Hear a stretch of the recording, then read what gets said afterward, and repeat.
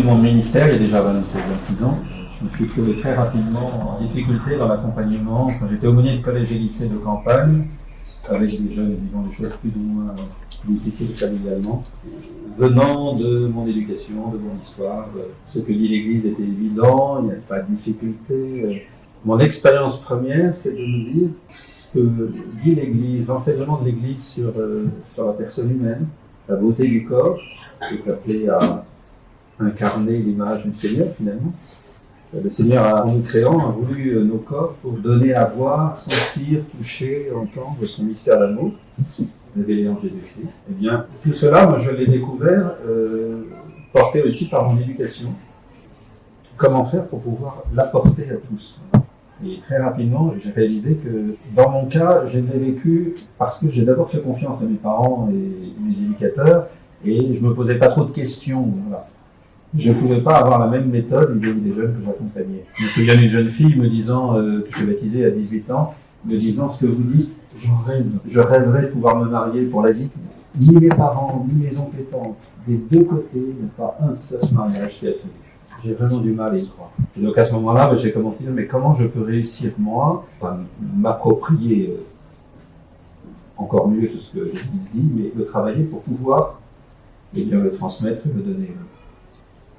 Donc, j'ai fait différentes formations et quand j'ai fait la formation de la FCP puis d'IKW, je suis à la toute première promotion.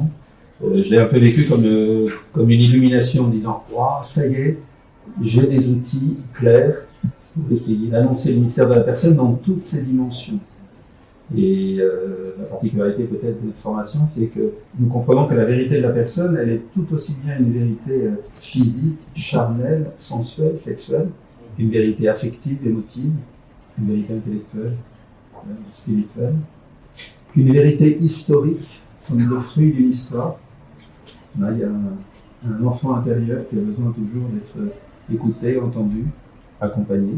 Et puis la vérité d'une personne unique, l'homme intérieur, comme dit saint Paul. Et quand j'ai commencé à faire le IKW, quand j'ai commencé à avoir quelques outils, que je me permettais de les donner en homélie, je me souviens de mon organiste aveugle qui à la fin de mémoire, il me dit « Ah mon père, ah oui, votre homélie là, merci, je vois, ah ouais, je vois ce que vous voulez dire, ah oui, c'est merveilleux, c'est je trouve extraordinaire d'avoir une organiste aveugle qui me dit « Je vois, je comprends mieux, ça ouvre des perspectives, et tout est à faire. » J'ai quand même été éduqué dans la logique où il fallait que je fasse attention à me garder moi-même. Garde ton innocence, garde tout, prépare-toi pour un jour vivre le grand jour. Eh bien, je me suis rendu compte que c'était pas juste du tout.